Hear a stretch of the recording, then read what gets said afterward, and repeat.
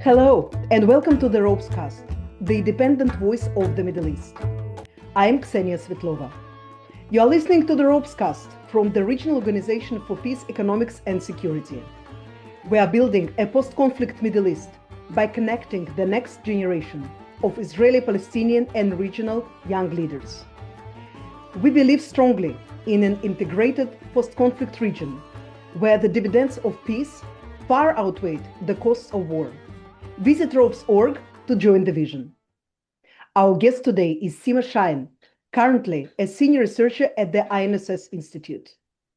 Shine is a distinguished intelligence veteran and former head of the Mossad Research and Evaluation Division. She is also a partner at the Coalition for Regional Security, working to promote stability across the Middle East. Sima, it's such an honor to have you on the show. Thank you. My pleasure. So, we are very lucky to have you because, if we believe to the cycle of news, at least the Israeli news, and I know also in some of the Middle Eastern countries, it seems that the war is not only beyond the corner, it's something that can actually happen every day now. Can you please walk us through, is it really beyond the corner? Is it something that might not even happen in the end? What is happening right now, in Iran? I think this is key for us to understand. And do you see a way out of it somehow?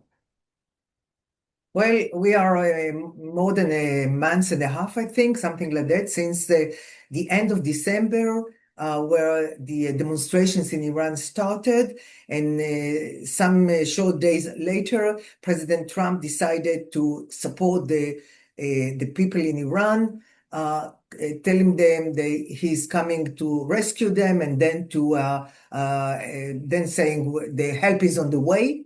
My impression is that he really wanted to do something on those days and to support the people, but probably he was told by the security establishment, by the Pentagon, that they don't have enough forces in the region in order to do something that could be influential, and therefore it was postponed. And since then we see a buildup of military capabilities in the region. I must say we are now in a situation where I don't remember in the last 2-3 decades we have seen such a buildup of American military capabilities. People are saying it is close to identical to what was before the war vis-a-vis Iraq in 2003. I think it's more because the technology has been improved since there and the capabilities are much more. And no question that we are in a very tense situation. Actually, from the military point of view, the situation is that any minute an order from the president can be done. He has all the capabilities in the region, and all the plans are already accomplished this way or the other. Now, the question, of course, is where do we stand? Are we going on the direction of a war or in the direction of an agreement?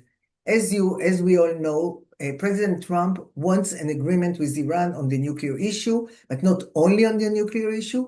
And actually, there was a first meeting in Oman, in Muscat in Oman, where both sides came to this meeting knowing exactly what President Trump is saying. He wants to stop any enrichment in Iran. He wants to deal with curbing the amount of missiles, ballistic missiles that Iran has, and also with the support of Iran to the proxies in the region. These issues this is the first problem between Iran and the US. Iran is willing to talk only about the nuclear issue and not about the other issues. Now, on the nuclear issue, it is also a huge gap between the two sides. The President Trump, as I said, is demanding no enrichment in Iran and taking out all the enriched material that is in Iran to a third state. We don't know what is the exact Iranian position, but there are leaks coming out in the last days talking about willingness of Iran to postpone enrichment for around 3 years, probably the 3 years that Trump is the president in the US. and at the same time, willingness to dilute the enriched uranium, not to take it out to a third state, but to dilute it under the control of the US in Iran. Now, this is something we don't know if it is exactly correct, but it is something that was leaked, and as well dealing with the missiles. I think as they have said, they don't want to touch the issue, but they are willing to give a kind of, I would say, a commitment that once they are not attacked, they will not attack anyone. That means Israel will not be attacked by the missiles. I don't think it is a proposal that might be accepted by the president, but it is a proposal that this way or the other in this contour could be a beginning of a negotiation. Now, the question is, of course, whether there will be a second round. I do think there will be a second round because this is part of, first of all, because President Trump wants an agreement. We have to remember, in spite of all the military equipment, everything that was brought to the Middle East, at the end of the day, the president wants an agreement before a war, an agreement after a war. So as he's saying to the Iranians, better have an agreement with me before. I suggested to you in June 25 also to have an agreement without a war. You didn't accept it. Let's do it now. Now the Iranians, of course, see what is in the Middle East, what kind of a military might is here, and they understand the imbalance between what the Americans are able to do and what Iran can cause to the Americans, even though they are talking very highly about their military capabilities to harm the Americans. So I think we will have a second round probably. I don't think this round will bring to an agreement that will be accepted by the president. And the question is, as everybody is also asking President Trump, how long is there a deadline to the Iranians and how long will he allow negotiations? So yesterday I heard him saying between 10 and 15 days. We don't know. It can be I'm laughing because, we heard about 10 days many times in the context of the war between Russia and Ukraine, of course. And we had the same in the June war between Israel and Iran, that the president has said 2 weeks, and it happened 2-3 days later. So we don't know. Let's be very concrete. We don't know, but we see and we hear what is happening on both sides. So I mentioned the negotiations. I want to mention two other points that are on the calculus of the president. One is the regional states. What is their position and how much they are putting their influence on the president? We know that all the countries, if it's Qatar, Saudi Arabia, Turkey, all those countries Egypt are against the war in the Middle East. And they are afraid from instability that will be caused by an American attack on Iran. And all of them have been talking to the president. And as we all know, last Thursday, there was a meeting of the Peace Council. All those people have been in Washington. I assume they have used the opportunity also to talk about Iran. So from their point of view, they want an agreement and they are putting their pressure on the president. So, small remark on that, so we have an experience of war in the desert, storm in the desert of 91. And back then, all of the Arab countries, actually, except for Jordan, perhaps, supported the American effort to liberate Kuwait, and everybody rallied around. 35 members took place in the coalition. In 2003, none of the Arab countries supported, but the Americans went for that nevertheless. They were not restrained by the unwillingness of the Arabs to participate. So which way do you think it can go right now? I mean, is there full dependence on the Arab partners in the Middle East? I think it's very important for President Trump to, and I think this is the reason that there will be a second round also, because he wants the legitimacy. If he decides to go for a strike, he wants the legitimacy to show that he really tried to get to an agreement. I think those countries are important. We saw his first visit in his current term in the Gulf, how much money was invested of those countries in the US. They are talking about a hub of AI hub in those countries. So it is very important for the president, both Saudi Arabia, the Emirates, and Qatar, and most of them don't want to see an escalation in the Middle East. And the third point I wanted to mention is the internal political constraints in the US. We know that there is a part of course, the Democratic Party, but also part of the Republican Party that are against any kind of a military activity in the Middle East and a strike on Iran. And I think the president understands it. He is taking it into account. So there are many reasons, several important reasons that are putting constraints on his decision to go for a military strike. On the other hand, I should mention there is his own commitment, as he said, to the Iranian people, his commitment by sending all this military, as he called it, a beautiful armada, if I quote him correctly. And this is something that also puts a heavy commitment on the side of the president, and of course a good agreement. So if these three things, there is no good agreement, and the Iranians are trying to buy time by going to negotiations again and again, I think it might happen that we will see in the coming days an American attack. We have to see what will happen with the paper that the Iranians are supposed to bring to the US and the second round. And then we'll see what weighs more, the military one or the political one. So before we will go to analyze the Iranian behavior and psyche and the reasoning that they're giving right now to everything, a small matter that perhaps will be of an importance if we will really get to the brink of the decision making of to go and strike or not. This is Congress, because as far as I recall, both the 91 and 2003 were of course supported by the Congress. I don't think that Trump secured that right now, and they might have a difficulty, by the way, in gaining support. First of all, in his own party, giving the isolationism of some of the members of the Republican Party, specifically of the MAGA people, that bought into his promises of no forever wars and no for foreign intervention and all of that. So there might be something there, but. I actually wanted to, pick your brain on Iran, because not Trump, but Steve Witkoff, he told the Fox News on Saturday night, at the beginning of the week, that, Trump doesn't understand the Iranian behavior. Why won't they take a deal? If they see all of this military power that we accumulated in the Gulf, so it's something that he feels astonished about. Why won't they? Why won't they just succumb and tell, listen, let's strike a deal and let's avoid this war? Is it really so surprising, this behavior, this rejection of a deal that will allow to this regime perhaps to survive?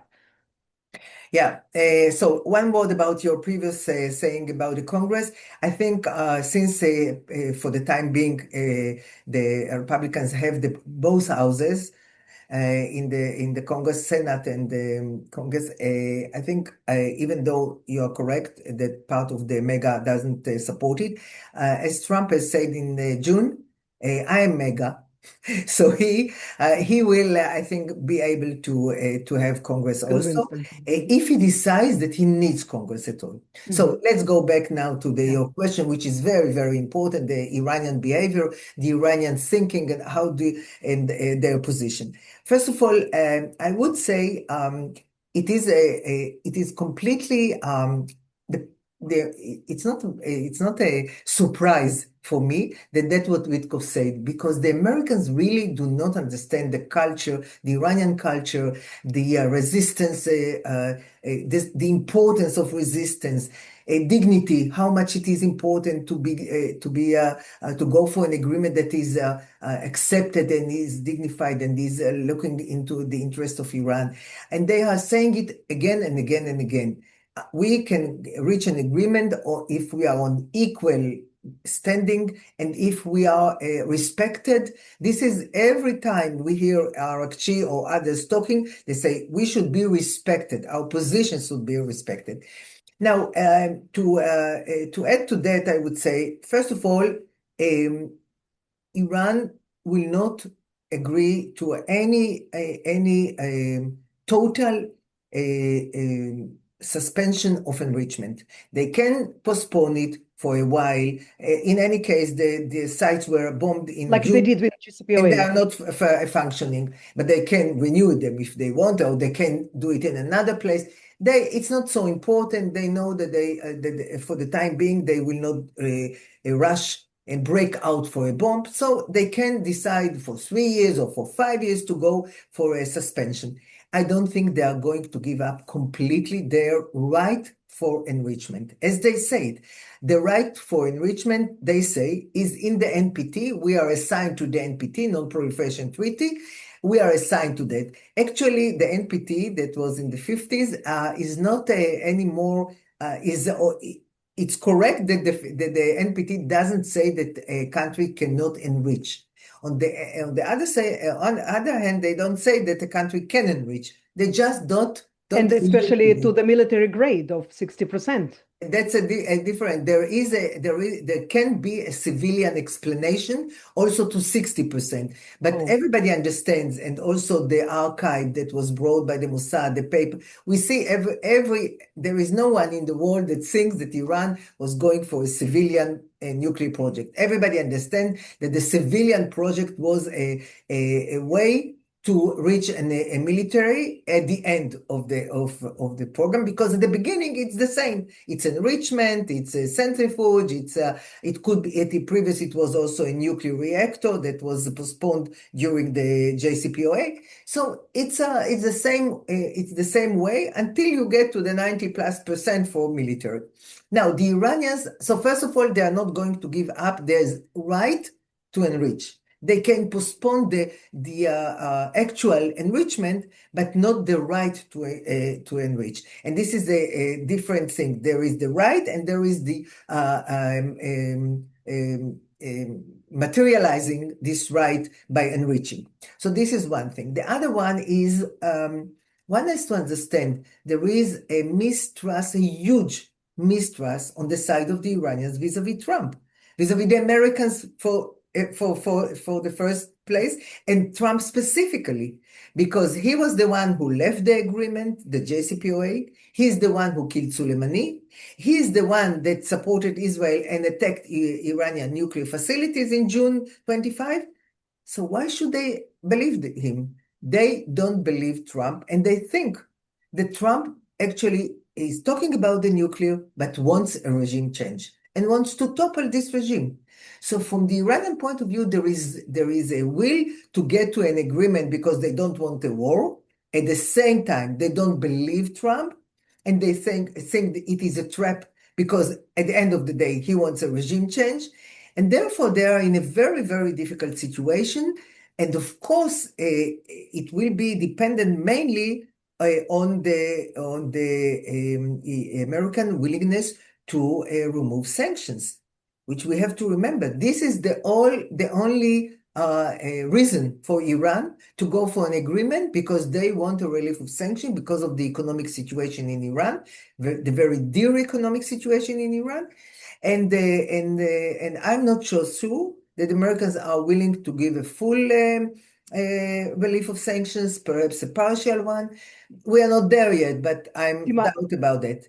Before we go to further discussion about an analysis of the policies, the Iranian policies, can you walk us through the situation in Iran right now? I mean, economically, we hear different accounts, and of course, the regime denies that there is basically a catastrophe But we also hear from some people that they are lacking bread and they are lacking the basic staples of food. Well, the situation was always difficult. It's now dramatically difficult. I mean, it's not only the devaluation of the money that it doesn't value anything. No inflation that they are talking about 48%, but economics say it is above 80. It's unbelievable. There is shortage of water. There is shortage of electricity. There is unemployment, pollution. The situation in Iran is very, very difficult, very difficult.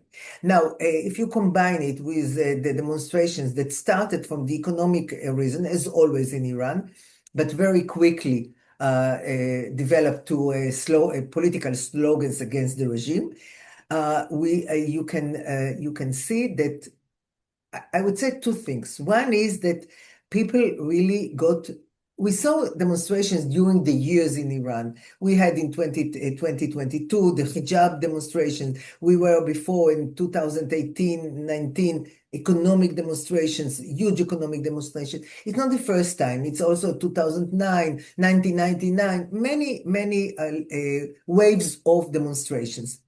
What is different in the last ones that started on the 28th of December 25 is on one hand, when it started, it didn't look different from other developments in the past.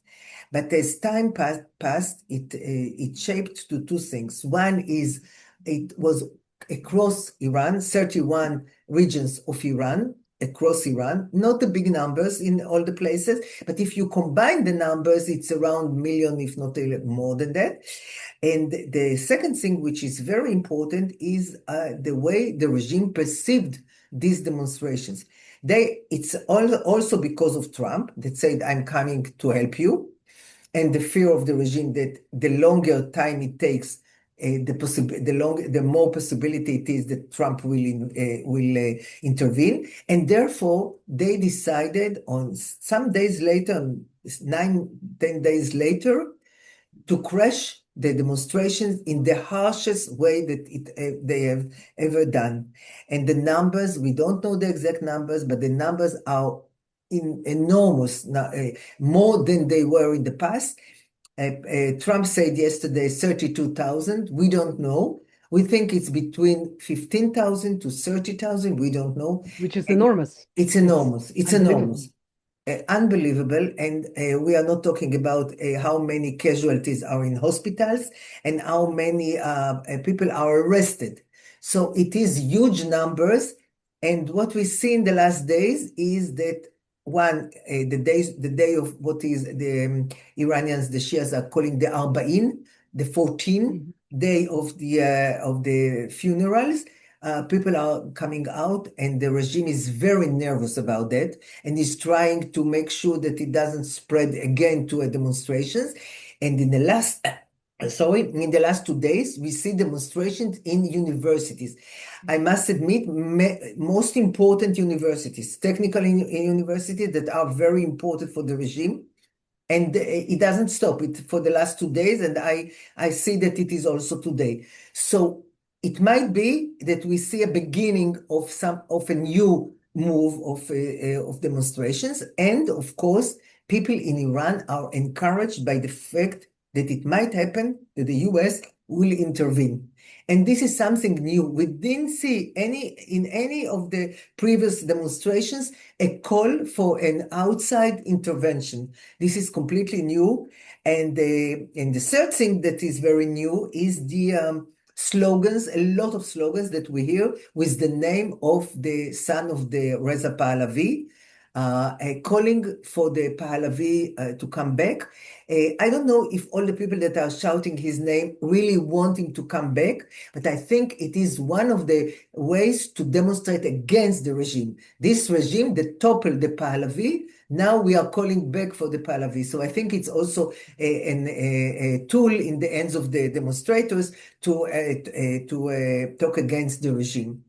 And the situation is very harsh, and the problem is, above all these things, the regime doesn't have an answer to any of the concrete problems of the situation in Iran, neither the inflation, nor the electricity, no water, all the issues, no answer of this regime. And we see the president, Pezeshkian, that is more tend to the what we call the reformist in Iran, talking to the people in a different way and saying, yes, you are correct in many things. We will improve, we will do. He doesn't know how to, because he doesn't have any solution to the situation. He's trying to persuade the people, give us a chance to make situation better. So, in this regard, Sim, I think that was very interesting that we heard during the demonstrations in, end of December and January, also very specific calls against helping the Houthis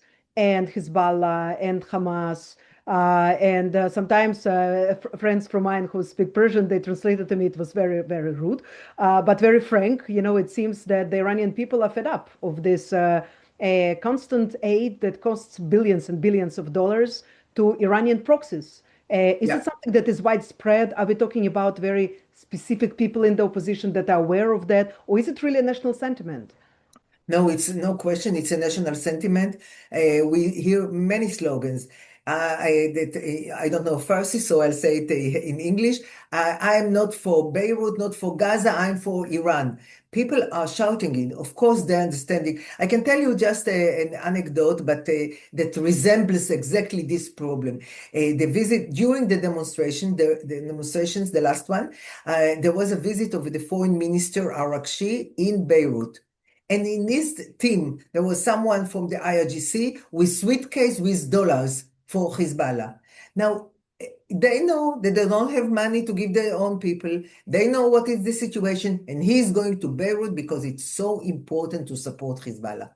And now what we see is that they are calling and putting pressure on Hezbollah, on the Houthis, on the Iraqi militias, to, if there is an American attack, to support them. And we do hear from the Hezbollah, Hezbollah is saying it in a different way, but I think there is a huge pressure on Hezbollah to support Iran if there is an American attack. And the Houthis and the Iraqis are saying that they will support.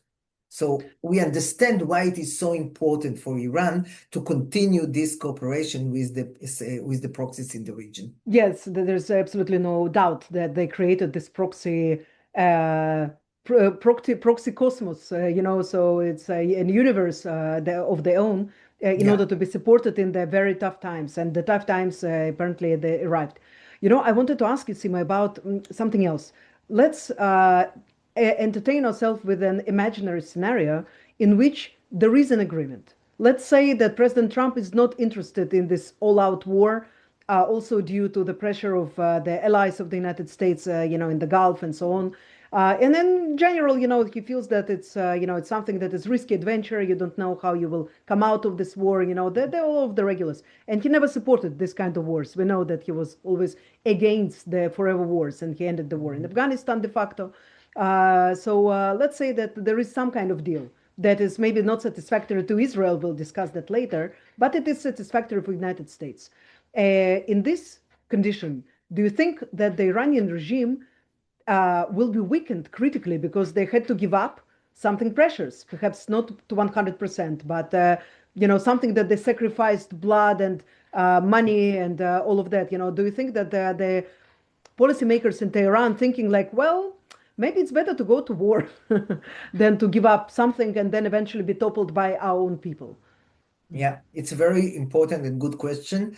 I think there is a ongoing debate within the elite in Iran and the leadership. I think there are those who say, let's go for any agreement because we have to save Iran and to save the regime. And the regime, especially IRGC and the leader himself, say if we go for concessions, we don't save the regime. The regime we will be weak vis-a-vis our own people. The people will go again to the streets. Exactly what you said. We have paid so much in order to have this program. And not only that, they believe that the ultimate deterrence will be the nuclear one day. So I think there is an ongoing debate in Iran. I think it's the upper hand for the time being, and the leader himself is on the side of it's interesting. I think we should also put an emphasis on the way of thinking of such a ideological regime. This regime believes they understand the balance of power, and they understand that the US can strike a dramatic strike on Iran, and they understand that it will be very difficult to stand vis-a-vis that. But and this is important to understand. One, they believe that they can cause also a lot of casualties to the Americans. And they are saying that they will attack the carrier, the Lincoln carrier, and they have sent twice UAV to show that they are able to get to the carrier. And they believe that they can survive. That doesn't mean that they think that they can have the upper end and that the US will be defeated. They understand it will not happen. But for them, the survival, the very possible survival of the regime is enough, good enough. And this is exactly, if you look on Hamas, it's the same understanding. They suffered so much, they lost so much. The leadership was killed. Everything has been ruined, and still the fact that they exist and they survive in Gaza is a victory. The same with Saddam Hussein in 91, because he survived. I mean, his people suffered tremendously, and there was the suffering went on till 2003, but he personally survived and the regime survived. Yeah. That's a way of thinking that is very difficult for us in the West, that we are looking on balance of power and all these issues, to understand that there is a ideological way of looking of resistance. And as long as when we can resist and survive, that will be our victory. Well, it will be some Pyrrhus victory if, it's really will take place. Another word on the Iranians and, the logic of this regime. It's really, difficult for me to say all the time Iranians, because there are many wonderful Iranians. It's not and many of Iranians, them it's the protest the regime. regime. So I'm really trying to say the Iranian regime. Yeah. But the Iranian regime has actually some base still. It's not baseless. It's not that, with 100% or even 95 are rallied against it. And there are still people that are eating from its hand and support it also ideologically, right? Yeah, I agree. Of course, this regime is based on the security establishment, especially the IRGC and the Basij and the bureaucracy. All these together is between 2 to 3 million people. It's a huge. Iran is 90 plus million people, and therefore, I think it feels it is still supported by the elite, or that is dependent on the regime. And this is one of the questions when we look on different examples in history. Of course, as long as this elite is united and is supportive of the leader of the regime, they might succeed. But the minute there will start cracks within the system, we don't see it for the time being. But the minute it will start, if it will start, that will be the end of the regime. And therefore, it's very important to look and to understand that also the IRGC probably is not completely one voice and one thinking. The leadership, the higher echelon of the leadership, of course, is connected very much to the system and to the survival of the system. But the medium and the lower levels, I think, are less, and probably are also connected in their families and friends that are on the other side. So the system might crack in a situation. We don't know if it will happen, but it might happen. Well, you very organically bring me to our next topic, which is, of course, Israel, because we discussed US, we discussed Iran. We will also come back to the possible futures of Iran. There are different futures that can take place. In Israel, it seems that unlike in the leadership of the Arab countries and also Turkey, the Israeli leadership is very supportive of the strike, is very supportive of the war. It actually tries to convince Trump that, yes, you should go for it. There is no other way. And I'm just wondering, is it Yeah. really good for Israel? Is any kind of strike against Iran necessarily serves Israel's security, causes and promotes its security? It's a it's a long-going debate also within my people that we are working together here and in other places. I have to say that first of all, it's important to understand that this time the move is being led by the Americans, not by Israel. Yeah. Israel was not the one who decided to start it. Actually, Israel is using the opportunity because we do think that the ballistic missiles are a threat to Israel, and of course, the nuclear program for the long run is a huge threat.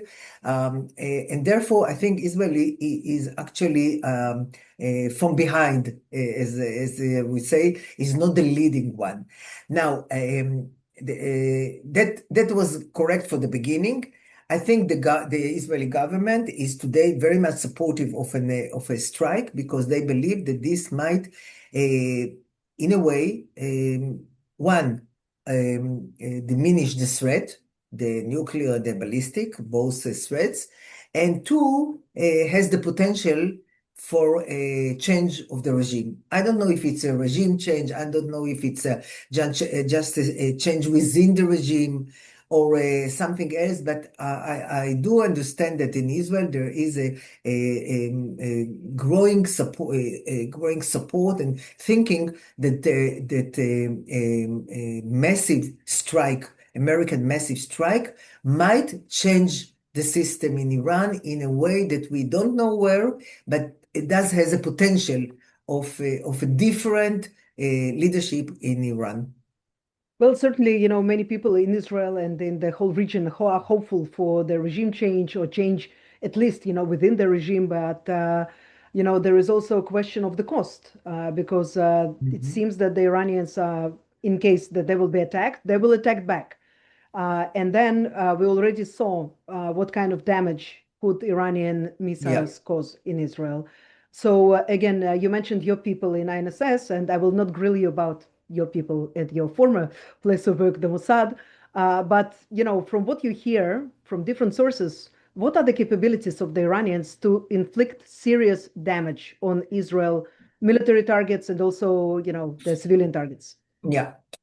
Of course, the question of the capability to harm Israel is a part of the equation. No question about that. But here I have to say two but, and then I try to summarize it. One is if we look on the 12-day war, from the point of view of just numbers, not people, and not damage to houses and hospital and others, less than 10% of the ballistic missile have less than 10% have entered the Israel, landed in Israel. 90 plus percent were stuck on the way. So that's one element. The other one, when it comes to UAVs, the Iranians have launched 1,000 UAVs on Israel. One has entered Israel and didn't make any damage. So this is for what was in the past. That for just proportions to understand the capabilities. The second element is that this time Iran will have to deal with the U.S. and Israel, not only Israel. In the previous war, it was only Israel, and now it will be also the US. Now, what the Iranians are saying, I don't know what they will decide to do, but what they are saying is, one, they will hit American bases in the region. Two, they will hit the carrier, Lincoln, and other places where they think that they can make damage. And three, they will close the Hormuz Straits. All of these activities will take part of the capabilities that Iran has vis-a-vis Israel, also to the war vis-a-vis to protecting themselves vis-a-vis the US. So I don't know to say how much damage will be caused in Israel, and no question that the ballistic missile have made a huge damage, especially when it comes to houses and buildings. I do think that it might be less than in the war, the 12-day war. And I think the Iranians have a lot of missiles that they have built after the war, but they don't have so many launchers. They have less launchers than they had before. So if I sum up all these elements together, I think there is a possibility. Of course, Israel will be hit, will be struck. There will be a strikes on Israel, and there will be damage in Israel. I do think that it might be less than the previous war. So you mentioned the launchers and the missiles that the Iranians have right now, the UAV, of course, the Shaheds, yes, that they also supply to Russia. And here comes the question. Israel can rely on the US. Uh, the US, with different administrations, whether it's Republican or Democratic, proved to be an ally, a very, worthy ally. That it stands, with Israel in tough times, be it Biden with the don't, or be it right now President Trump, with all of the military might, that is also designed to help protect Israel and Arab countries. Mhm. Does Iran has anybody? Because it seems to me, and that I'm dealing, with Russia quite a lot in my other capacity, Yeah. and it seems that nobody is really open to this idea, at least in Moscow. I don't know, maybe in Beijing, but can they rely right now on anybody to supply them weapons or to talk at least on their behalf at the UN and to try to talk out Trump out of that? So I think first of all that Iran is part of what we call the camp of Russia, China, North Korea. I think if they take the example of the 12-day war, that nobody came to support them. They are quite disappointed. They were disappointed, and they might be again disappointed. I think the Russians were trying to be a mediator between the Iranians and the Americans. The Russians are also willing to be part of any agreement to take out material to Russia and all the things that were also in the past. And I am sure that Russia was supporting and will support Iran when it comes to the point of intelligence, sharing intelligence during any strike, perhaps also on cyber activity and others. I don't think they will come with airplanes or with anti-aircraft systems to Iran, because they are very much involved in a war, their own war in Ukraine, of course. And China, of course, doesn't want to be involved here. They are somewhere far away, and they don't want to be involved physically. We know that they support Iran, supported with material Iran. We know that they supported some months ago with chemical material for the ballistic missile that Iran is constructing. So they are supporting, but without being directly involved in the actual war, if in this way. And it is completely different from the fact that we saw previously, that Israel part of CENTCOM, being part of CENTCOM, and how much we were supported by CENTCOM in different ways. I want to ask you about possible scenarios for Iran, which is the most interesting part, without having the ability to look into the crystal ball and to see what is happening there. It seems that, first of all, there is a very big difference between Israeli approach, and the Arab approach, especially for the Gulf countries, about what might happen in Iran in case of destabilization of the regime, or even the fallout of the regime completely. They are afraid of massive refugee waves, and perhaps a civil war, and perhaps even different factions that will, to control even nuclear sites and stuff like this. What is the take in Israel about the future of Iran? So, because it is so difficult to anticipate any kind of a change and what kind of a change, I think that from Israel's point of view, every new situation in Tehran that is not Khamenei and his people around looks better than the current situation. And that is a very, very different perspective and way of looking if we compare it to the Gulf states. From their point of view, they have come to terms with this regime. They have renewed diplomatic relations in the last years. They know that this regime is weak, and they prefer this regime, a weak Iranian regime that depends on economic relations with the Gulf states and wants good relations with its neighbors. I think it is much more desirable on their side than any change of the regime. So also in this respect, we are very I would say on different sides between the Gulf states and Turkey and Israel. From Israel's point of view, we want a different regime that will not decide to annihilate Israel. That's the only thing we want. We don't know if it will happen, but this is the wish. Yeah, so there are quite a lot of concerns that after an extreme guy can come even more extreme guy, because if you remember, and I think it was the anniversary of the killing of Abbas Musawi lately. After Musawi came Hassan Nasrallah in Hezbollah. Yes, so and there is no lack of extremists also in the possible heirs to Khamenei. I can tell you that from Israel's point of view, nothing worse can happen. I mean, Okay. this regime is against Israel, wants to annihilate Israel, was supporting all of the proxies that attacked Israel in the last 2 years, was part of planning to attack Israel from all borders. So from our point of view, people tell me IRGC will take this one. Okay, they are also today very important in decision making in Iran. From Israel's point of view, I don't think there is a worst scenario.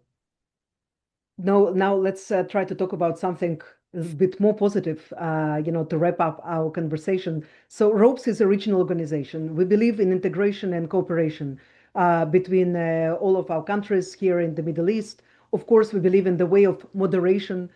This is the only way, that we can resist actually the camp of the extremists.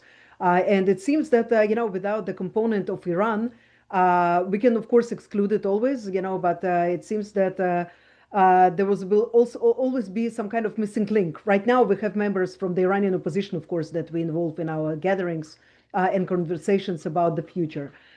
Do you foresee in any kind of scenario, be it a agreement and then a regime change, be it a strike and then some kind of regime or within the regime change, that Israel and Iran will go back Yeah, to what existed prior to 1979 when you had El Al Airlines flying. yeah, And can I ask you if a you lot of visited support. Iran at Yeah. the time, Sima? Can you talk about that? I think that talking to people that have been in Iran at those days, and also we saw some documentary on these issues. Yes. Yeah, I think first of all, I do think there is no territorial dispute between Israel and Iran. There is no reason for animosity. It is a Shia religious extremist regime that decided that Israel should be annihilated from the map. I mean, I'm sure if there is another regime, not if it is a change within the regime, but if it is another regime, there is no reason. There is no reason for not having good relations with Israel. And in brackets, I would say, this is one also of the developments that some countries in the region don't want to happen. We have to remember, Israel in good relations with Iran is a Mhm. different situation in all the Middle East, and there are not there are quite many states in the region that would prefer Israel to be in a situation where we are today, threatened by Iran, threatened by proxies of Iran, and not in good relations with Iran. So this is also an element in putting pressure on the president not to attack Iran. So the picture is a mixed one, and I have to tell you that as someone who supported for years the JCPOA and they didn't support the decision of Trump to leave the nuclear agreement and everything, I am today in a different place and in a different, after the 7th of October, after what I know that the Iranians have done in order to support this notion of attacking Israel from all fronts. And after what the Iranians have done to their own people and all this together, I'm in a different place. I don't know what I support exactly, but I'm in a different place where I was very stable place in the past supporting an agreement. Wow, that's very interesting, Sima. Also very kind of on a personal note. Yeah. Well, I just want to say that let's hope that less people will die and that good things will eventually happen to our countries because there are wonderful people, in Iran. We are in touch with some of them. We do wish, for the Yeah. protesters that are today very courageously roam the streets of Tehran and Mashhad. That's, at least this, the videos that I saw, that they will keep safe and that the change will emerge soon for Yeah, I Iranians am. and for everybody else. Yeah, I'm supporting your prayer. I do hope it will happen. It's not that I'm supporting a war or something, but a solution to all these bad things that the Iranian regime is doing has to come, either through a change, either through a political process. Something has to be changed. We cannot go with the same methods and hope for a better solution. And I do Absolutely. hope that something good will come out of this very tense situation now. Inshallah. Inshallah. Thank you very Inshallah. much, Sima, for participating in our podcast. Thank you for having me. You've been listening to the ROPESCAST, the independent voice of the Middle East. Our guest today was Sima Shine, a former senior Mossad official and a leading expert of INSS Institute on Iran and regional strategy. We hope that you enjoyed this episode. Please follow us on social media and sign to our newsletters to receive our updates, podcasts, and invites to webinars on ropes.org. I'm Ksenia Svetlova. Shalom and salam.